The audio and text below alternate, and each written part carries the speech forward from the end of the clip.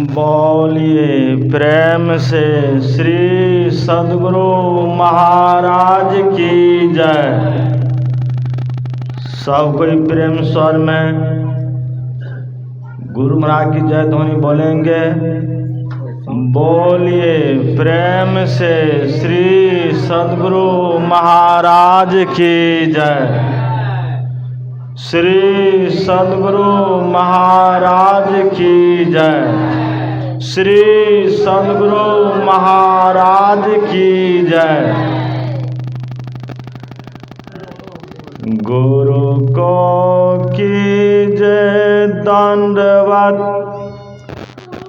कोटि कोटि प्रणाम। कीट न जाने भृंग को वह कर ले आपु समान। सब धरती कागद करो लेखनी सब बन राय। सात समुंद की मसी करो गुरु गुण लिखा न जाए। गुरु को सिर पर राखिए चलिए आज्ञा माय। कही कबीरता दास को तीन लोक डर नाय।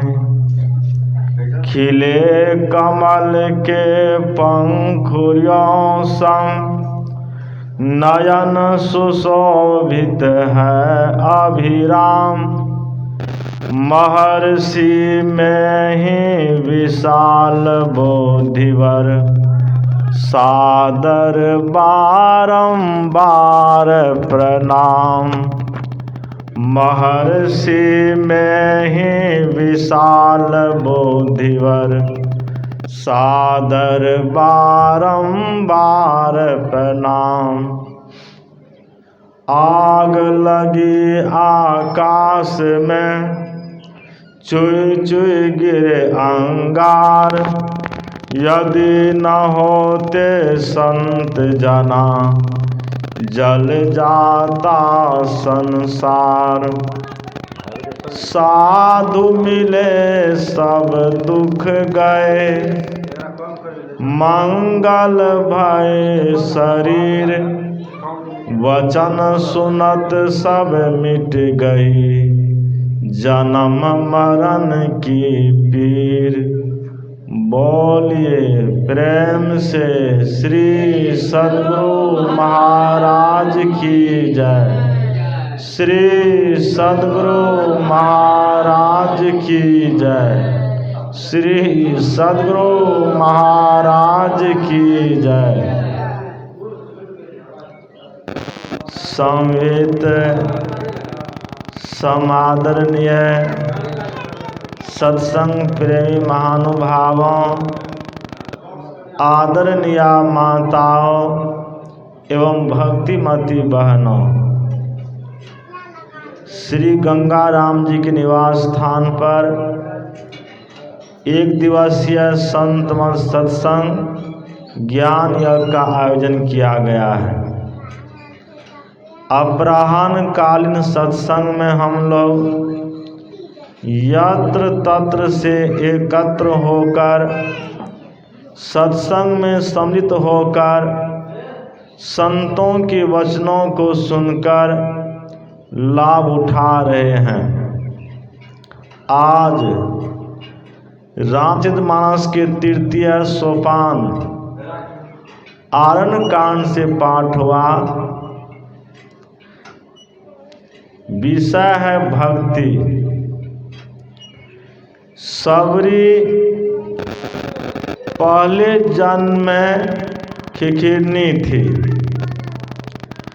वह जंगल में रहती थी। जहाँ खिखिरनी रहती थी उसी होकर एक महात्मा जी जा रहे थे। जहाँ खिखिरनी रहती थी उस जगह महात्मा जी गए, चटाई बिछाकर विश्राम किए, थोड़ा सा भोजन किए, चले गए।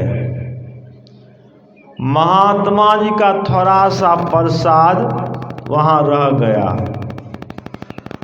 उस प्रसाद को खिखिरनी खा गई। अब होता क्या है, महात्मा जी का संस्कार खिखिरनी में चला गया। जिस समय हमारे गुरु महाराज शरीर में थे, कुपाट आश्रम में रहते थे, उनकी सेवा में अनेक शिष्य लोग लगे रहते थे, तो सत्संगी लोग गुरु महाराज के सेवक से कहते थे, गुरु महाराज भोजन कर लेंगे।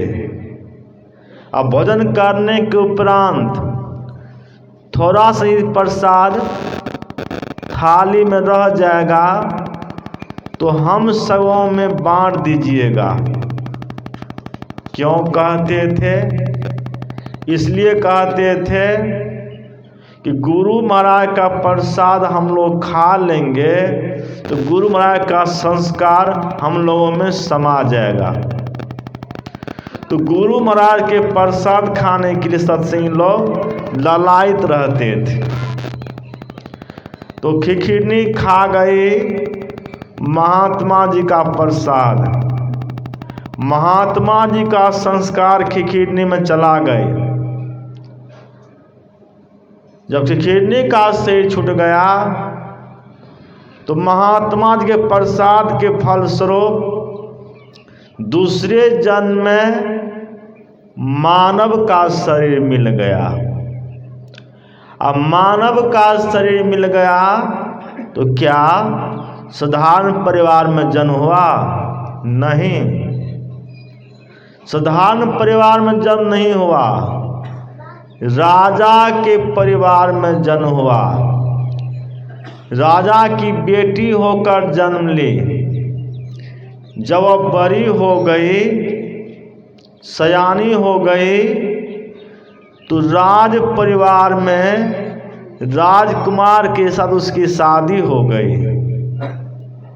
राजा की रानी बन गई, राजमहल के अंदर रहती थी, कहीं बाहर नहीं जा सकती थी।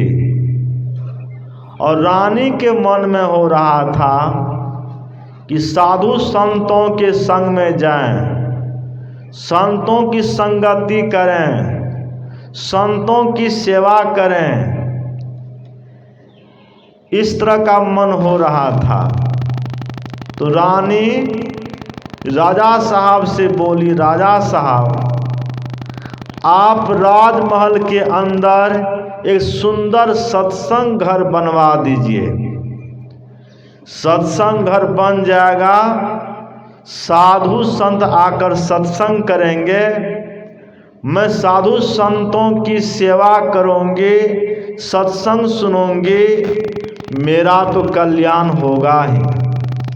साथ ही साथ इस राज दरबार में इतने लोग हैं, सबों का कल्याण होगा। राजा की आज्ञा हो गई, बहुत से कारीगर लोग आ गए, बहुत सुंदर सत्संग घर बन गया, साधु संत आकर सत्संग करने लग गए। एक अच्छे संत आए, रानी खूब प्रेम से उसकी सेवा में लीन हो गई, खूब प्रेम से सेवा करती थी, भोजन कराती थी और प्रेम से संतों के पास बैठकर सत्संग सुनती थी। इस तरह से वे संत बहुत दिनों तक उसी राज परिवार में रह गए। जब वे संत जाने लग गए तो रानी से कहा, रानी आज मैं इस राज परिवार से जा रहा हूँ, मैं तुम्हारी सेवा से खुश हूँ, तुमने बहुत अच्छी तरह से सेवा की, तो खुश होकर मैं तुम्हें वरदान मांगने की आज्ञा देता हूँ। तुम वरदान मांगो। क्या वरदान मांगती हो? रानी कहती है कि आप वरदान देना चाहते हैं तो कृपा कर यह वरदान दीजिए, कृपा कर यह आशीर्वाद दीजिए कि जल्द ही मेरा शरीर छूट जाए और साधारण परिवार में जन्म हो जाए, देखने में कृपणी हो जाऊं, मुझे कोई नहीं पूछे। वे संत कहते हैं ए मस्तु, ऐसा ही होगा। वे संत वरदान देकर चले गए। इधर रानी का शरीर छूट गया और सबर भील के यहाँ जन्म लेकर वह सबरी कहलाई। सबरी का जन्म होते ही उसके रूप को देखकर उसके परिवार लोग डर गए।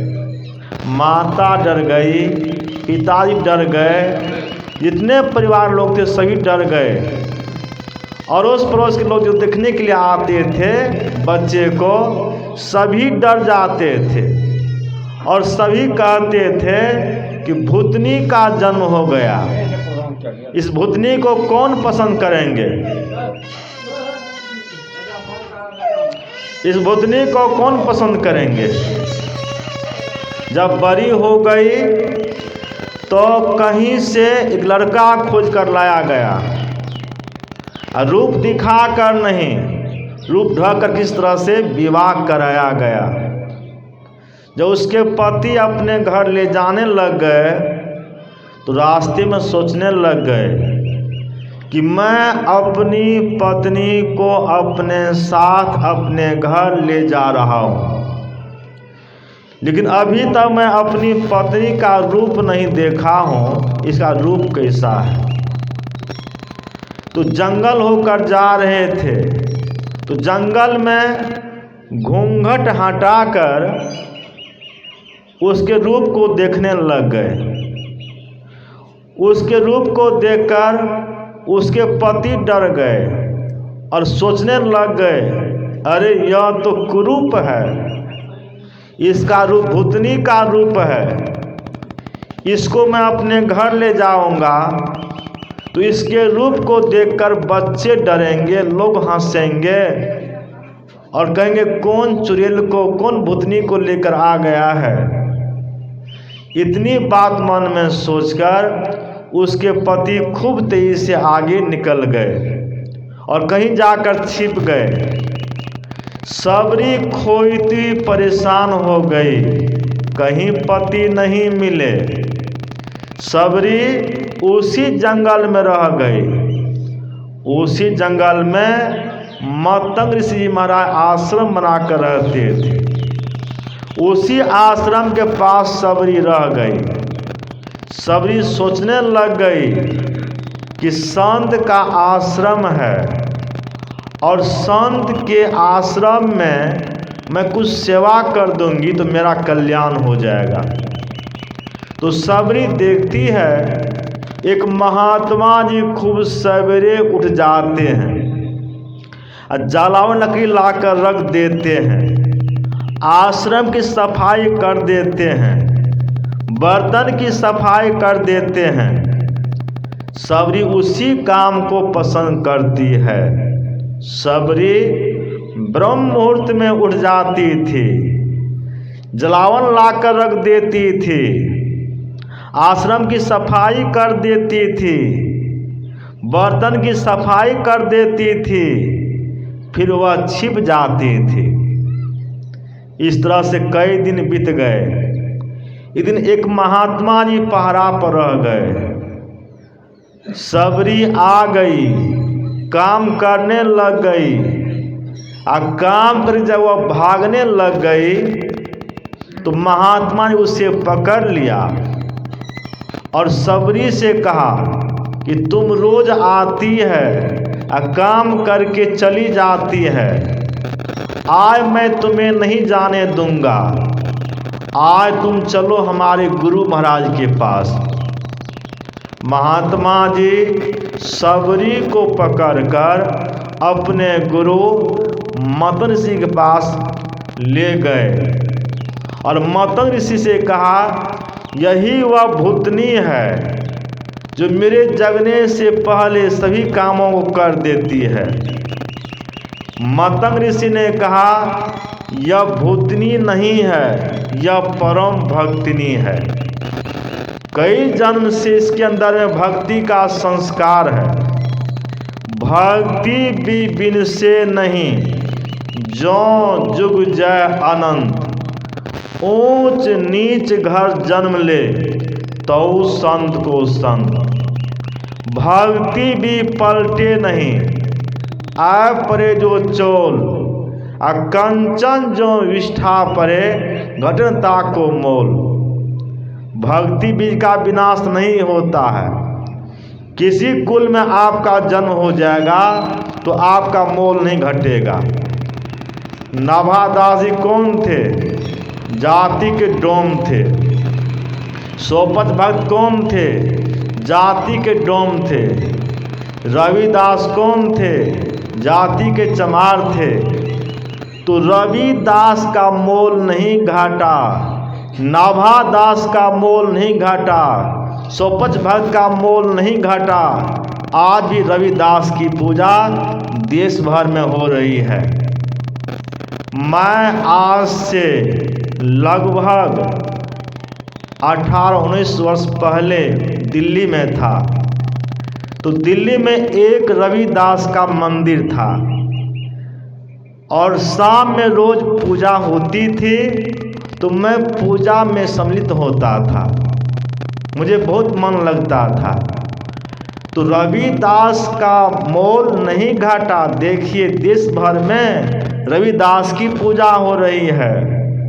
सोपत जी महाराज जाति के डोम थे, उसकी पूजा हो रही है। नवादास की पूजा हो रही है। तो संत किसी भी जात में जन्म लेते हैं तो उसका मोल नहीं घटता है। जात पात पूछे नहीं कोई, आहारी को भय सुहारी का होई। जितने मनुष्य तनधारी हैं परु भक्ति कर सकते सभी। जितने मनुष्य तनधारी हैं सभी भक्ति करने के अधिकारी हैं। जात पात ईश्वर घर से बन के नहीं आया है, परमात्मा के घर से, ईश्वर घर से इंसान बनकर आया है, मानव बनकर आया है, कोई जात बनकर नहीं आया है। जात तो संसार बनाया गया है। आप अमुक जाति के हैं, आप अमुक जाति के हैं, तो अनेक जातियों में बांट दिया गया है। यह बंटवारा संसार में हुआ है। ईश्वर घर से कोई जात बनकर नहीं आया है। ईश्वर घर से सब इंसान बनकर आया है, मानव बनकर आया है।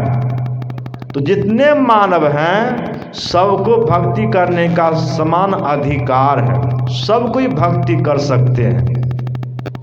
ईश्वर दरबार में सबका अधिकार है। ईश्वर दरबार में सभी पहुंचेंगे, वहां तक पहुंचने का सबको अधिकार है। तो सबरी मतन ऋषि के आश्रम में रह गई। अब मतन ऋषि उसे भजन भेद बतला दिया। सबरी आश्रम की सेवा भी करती थी, अब भक्ति भी करती थी। अब भक्ति करती हुई वह 9 प्रकार की भक्ति में पूर्ण हो गई। जब 9 प्रकार की भक्ति में पूर्ण हो गई, अब मतन ऋषि महाराज अपने नश्वर से का त्याग करने लग गए। तो सबरी से कहा, सबरी आज मैं अपने नश्वर से का त्याग कर रहा हूँ। अयोध्या नगरी में दशरथ जी के यहाँ भगवान श्री राम का अवतार होगा। भगवान श्री राम पिता की आज्ञा से जंगल पहुँचेंगे।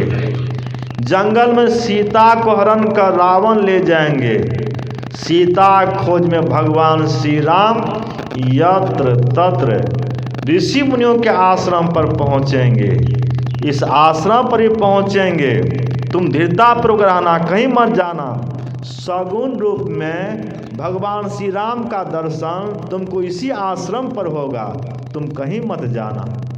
इतनी बात कहकर मधुसूदन सिंह महाराज अपने नश्वर शरीर का त्याग कर देते। सबरी बड़ी निष्ठापूर्वक प्रेम पूर्वक आश्रम में रहने लग गई। वह रोज नवीन फल, पका हुआ फल जंगल तोड़कर ला कर रखती थी, आश्रम में सफाई करती थी, सोचती थी कि भगवान श्री राम आ जाएंगे तो मैं प्रेम से आसन पर बिठाऊंगी और प्रेम से पका हुआ फल खिलाऊंगी। इस तरह से भगवान श्री राम के इंतजार में सबरी प्रत्येक दिन रहती थी।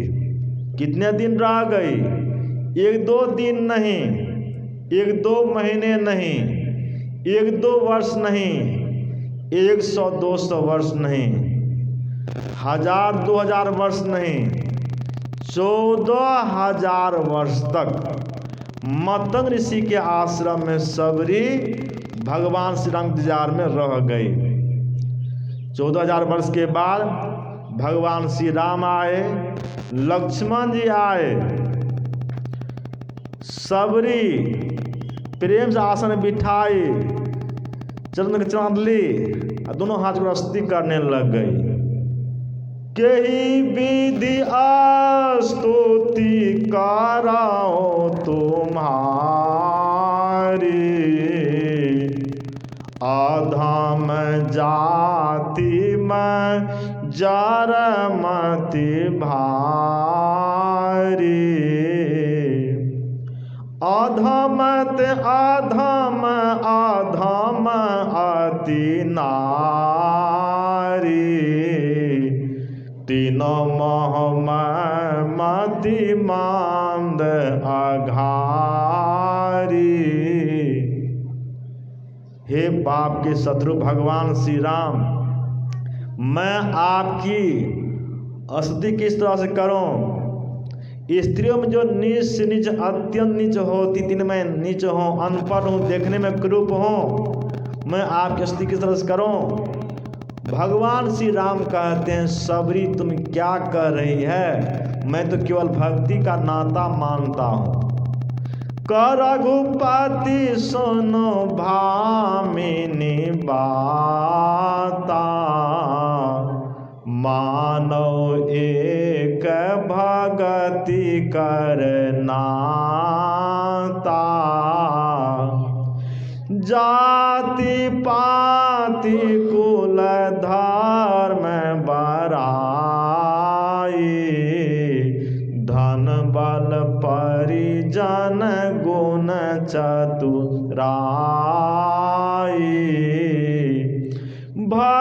भगतिहीन नर सोहई कैसा, बिनु जल बारिद देखिए जैसा।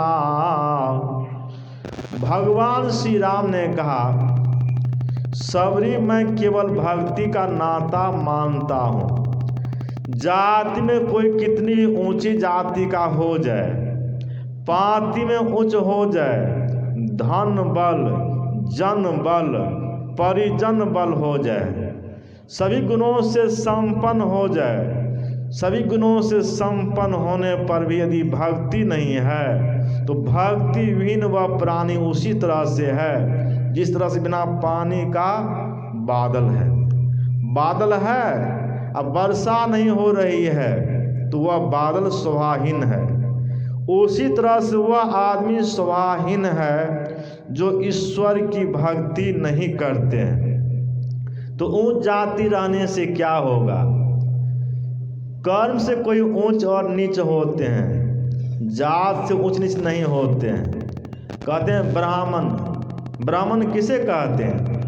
ब्रह्म जनाति स ब्राह्मण, जो ब्रह्म को जान लिया, जो परमात्मा को जान लिया, वह ब्राह्मण है। जितने संत हो गए सभी संत ब्राह्मण हो गए। संत परमात्मा का साक्षात्कार किए हुए होते हैं, इसलिए संत ब्राह्मण है। छत्री, अक्ष जो त्रि, अक्ष का अर्थ धारण करना, त्रि का अर्थ 3 गुण, रजोगुण, सतोगुण, तमोगुण। जो तीनों गुणों को धारण करता हुआ छत्री है। वैश्य, दूसरे का भरण पोषण करता हुआ वैश्य है। शूद्र, सु माना छिद्र, द्र माना दृष्टा। जो दूसरे का अवगुण देखता है, छिद्र देखता है, वह शूद्र है। तो यहाँ जाति के नाम पर नहीं कहा गया, कर्म के नाम पर कहा गया। कर्म से कोई ब्राह्मण होते हैं, कोई क्षत्रिय होते हैं, कोई वैश्य होते हैं, कोई शूद्र होते हैं। तो सबरी देखने में क्रूप थी। भगवान श्री राम भामनिक अगर पुकारते हैं, भामनी शब्द का अर्थ होता है सुंदरी स्त्री और क्रोध करने वाली स्त्री। तो सबरी न तो सुंदरी स्त्री थी और न क्रोध करने वाली स्त्री थी। तो भगवान श्री राम भामनी क्यों कहते हैं? तो कहावत है कि रूप को नहीं देखो, गुण को देखो। गुण असली चीज है। तो सबरी सभी गुणों से संपन्न थी और 9 प्रकार की भक्ति में निपुण थी। इसलिए भगवान श्री राम भामनी को अगर पुकारते हैं, सुंदरी स्त्री को अगर पुकारते हैं, उसका आखिरी स्वीकार करते हैं, कंद मूल फल भोजन करते हैं। कंद मूल फल भोजन अति दिए राम कह आनी, प्रेम सहित प्रभु खाए बारंबार बखानी। प्रेम से खाते हैं, बारंबार बखान करते हैं, कहते हैं बहुत सुंदर फल है, बहुत मीठा फल है। लक्ष्मण जरा तुम भी चख कर देखो इस बेर में कितना स्वाद है। लक्ष्मण जी मन ही मन सोचते हैं कि सबरी भैया को जूठन बेर खाने के लिए देती है। सबरी पहले चख लेती है तब देती है भैया खाने के लिए। तो भैया तो जूठन बेर खाते हैं, मैं तो नहीं खाऊंगा। भगवान श्री राम ने कहा लक्ष्मण एक बार तुम चख कर देखो इसमें कितना स्वाद है। तो भगवान श्री राम के कहने पर लक्ष्मण जी हाथ में ले लेते हैं, हाथ में लेकर ऐसे करके फेंक देते हैं। वही धौला गिरी पर्वत जाकर सैनी बूटी बन गई। और लक्ष्मण जी को जब मेघनाथ का शक्ति बाण लग गया तो वही बूटी हनुमान जी लाए, सुसेन वैद्य को दिए, ये लक्ष्मण जी को पिलाए, उसके प्राण बच गए। तो उसमें तो नहीं खाए पिए, घुमा फिर तो खाना ही पड़ा, पीना ही पड़ा।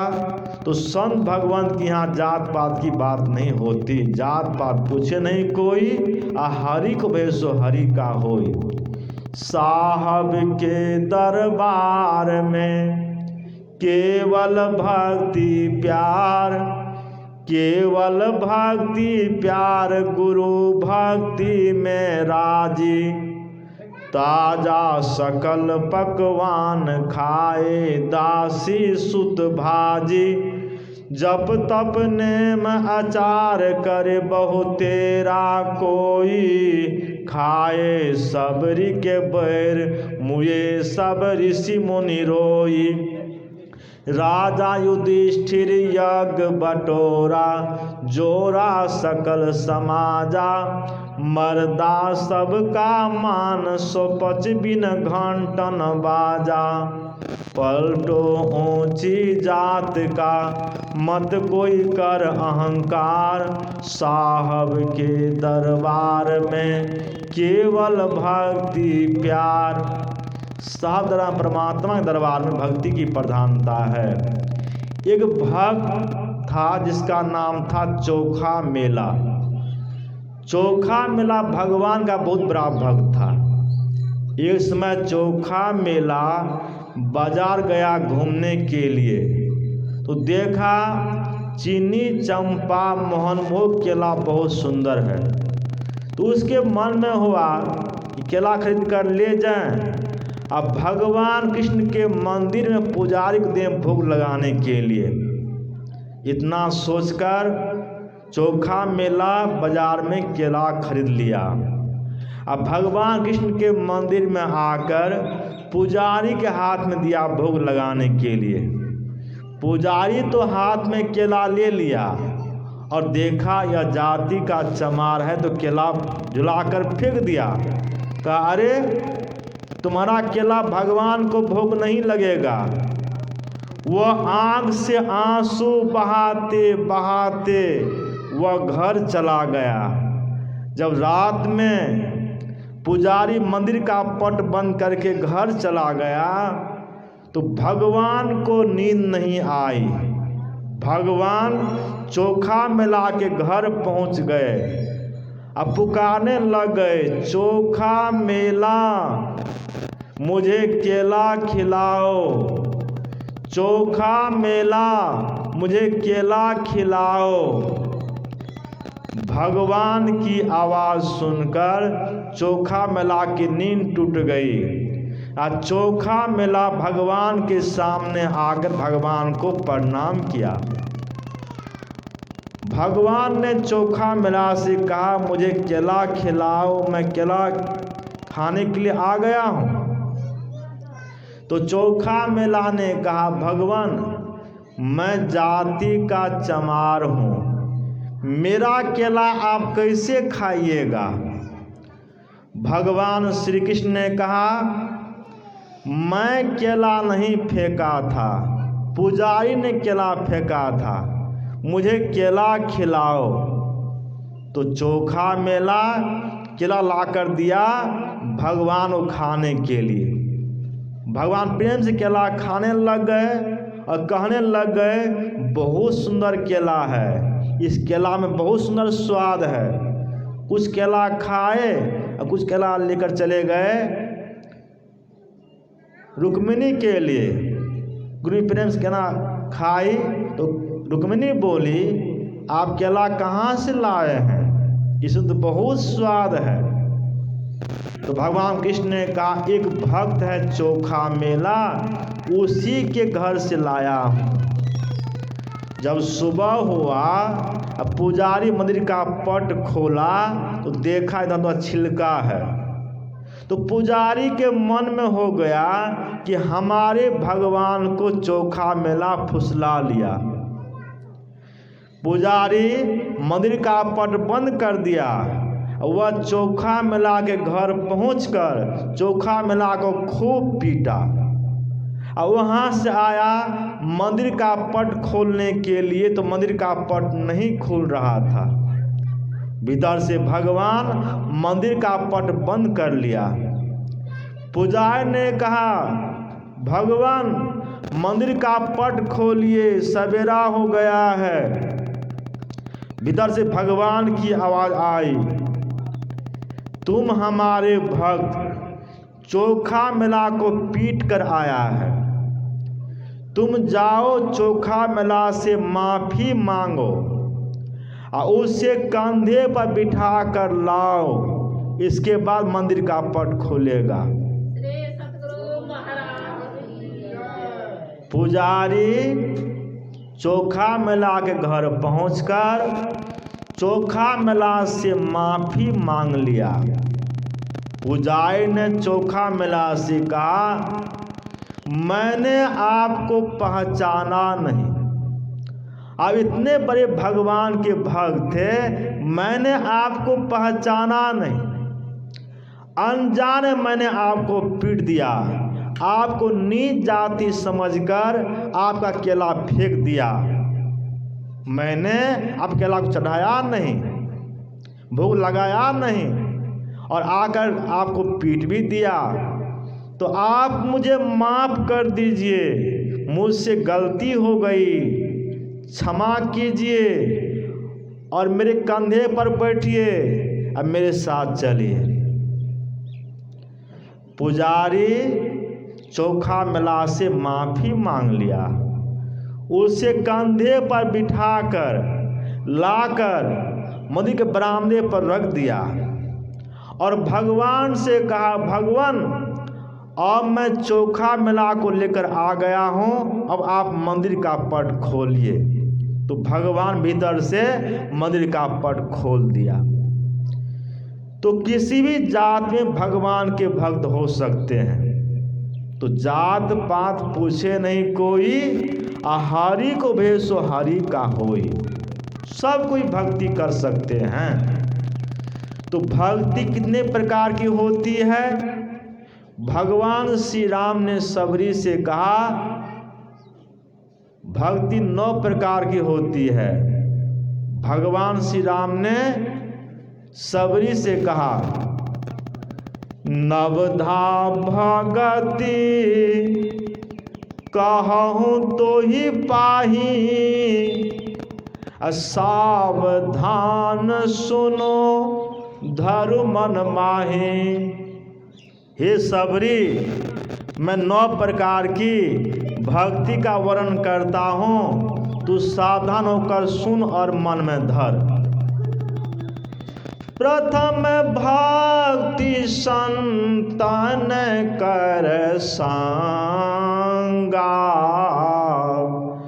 दूसरी रति मम कथा प्रसंगा।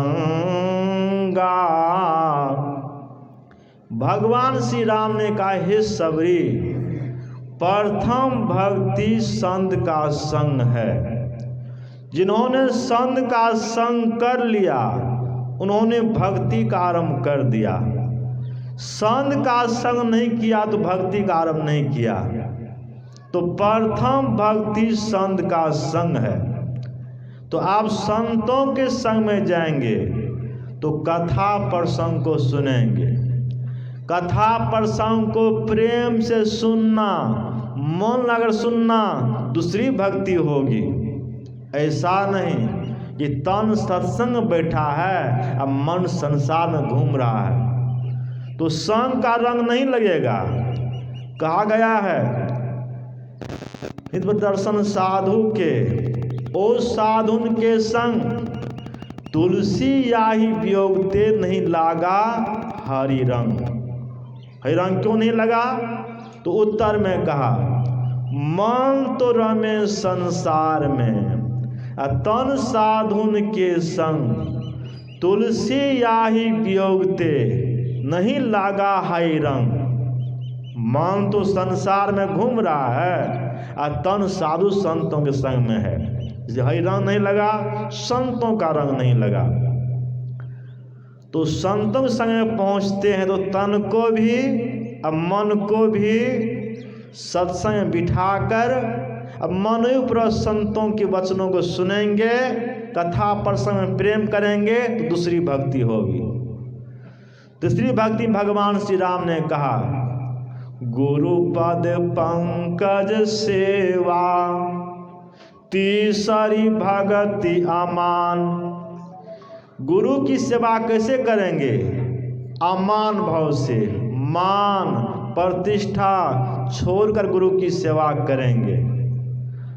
अहंग अग्नि हृदय जरे, गुरु से चाहे मान, तिनको जब न्योता दिया हो हमरे मेहमान।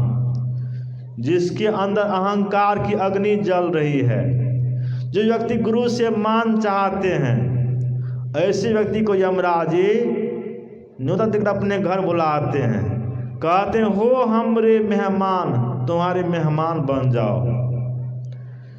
गुरु की सेवा कैसे करेंगे? हमारे गुरु महाराज ने कहा पाखंड अरु अहंकार तजी, निष्कपट हो अरु दीन हो, सब कुछ समर्पण कर गुरु की सेव करनी चाहिए। पाखंड और अहंकार को छोड़कर गुरु की सेवा कीजिए तो आपकी सेवा गुरु स्वीकार करेंगे। गुरु कितने प्रकार के होते हैं? कबीर साहब के वचन में आया है गुरु 7 प्रकार के होते हैं। प्रथम गुरु है माता पिता, रज बिरज का सोई दाता। दोसर गुरु है मन की धय, ग्रह बास की बन छोड़े। तीसर गुरु जिन धरिया नामा, ले ले नाम पुकारे गामा। चौथे गुरु जिन शिक्षा दिन्हा, जगत व्यवहार सबे तब चिन्हा। पंचम गुरु जिन वैष्णव किन्हा, राम नाम का सुमिरन दिन्हा। छठे गुरु जिन भरम गढ़ तोरा, विविधा मिठे एक से जोड़ा। सातम गुरु जिन सत लखाया, जहाँ का तत्सो तहाँ पहुँचाया। कबीर 7 गुरु संसार में, सेवक सब संसार, सतगुरु सोई जानिए जो भवजल उतारे पार।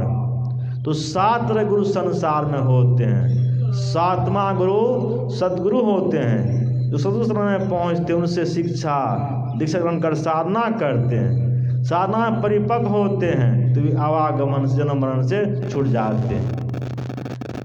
बिनु गुरु भव निधि तरे न कोई, जो बिरंची शंकर सम होई। आप शंकर समान हो जाइए, ब्रह्मा समान हो जाइए। जब तक गुरु नहीं करेंगे तब तक कल्याण नहीं होगा, उद्धार नहीं होगा। तो तीसरी भक्ति गुरु की सेवा। और चौथी भक्ति क्या है? तो चौथी भक्ति भगवान श्री राम ने कहा, चौथी भक्ति मम गुण गाना, करई कपट तजी गान। हम लोग अस्थि विनती करते हैं, यह चौथी भक्ति है। ठाकुर बाड़ी में भी साधु संत अस्थि विनती करते हैं, भय प्रकट कृपाला, दीन दयाला, कौशल्या हितकारी। और हम लोग भी अस्थि विनती करते हैं। तो चौथी भक्ति है अस्थि विनती। और 5वीं भक्ति है, 5वीं भक्ति भगवान श्री राम ने कहा, मंत्र जाप मम दृश्वासा, पंचम भजन सुवेद प्रकाशा। एक मंत्र का जप और एक रूप का ध्यान 5वीं भक्ति है। और 6ठी भक्ति भगवान श्री राम ने कहा, छठ दम शील बिरति बहु कर्मा, निरत निरंतर सजन धर्मा। 6ठी भक्ति है दृष्टि योग का साधन। और इंद्रियों को दमन करना है, इंद्रियों का निग्रह करना 6ठी भक्ति है। दृष्टियों का साधन करेंगे तो इंद्रियां बस में हो जाएगी, इंद्रियों का निग्रह हो जाएगा। और शयनों का धर्म है पंच पाप से बचकर रहना, झूठ, चोरी, नशा, हिंसा और व्यभिचार। पंच पाप से बचकर रहेंगे, यह शयनों का धर्म है। दृष्टियों का साधन करेंगे तो दोनों दृष्टियां जब एक हो जाएगी तो अपने अंदर एक बिंदु का उदय होगा। अब बिंदु में आप शब्द सुनेंगे, बिंदु में तह नाद बोले रैन देव सुहावना। तो 7वीं भक्ति है शब्द साधना। 7म सम मोहि माया जग देखा, मोते शांत अधिक करी लेखा। 7वीं भक्ति में समता प्राप्त होती है, सम दृष्टि होती है। जब 7वीं भक्ति में आप निपुण हो जाएंगे तो दृष्टि सम हो जाएगी, सब में एक ब्रह्म का दर्शन होगा, द्वैत भाव समाप्त हो जाएगा। और 8वीं और 9वीं भक्ति इसके परिणाम स्वरूप हैं। 8म जथा लाभ संतोषा, सपनों नहीं देखई पर दोषा। 9 संचल हीना, मम रस न दीना। तो 9 प्रकार की भक्ति में सबरी निपुण हो गई थी, हरि पवलीन हो गई थी, जहाँ से कोई नहीं लौटता है। तई जोग पावक दे हरि पद लीन भई जाने फिरे।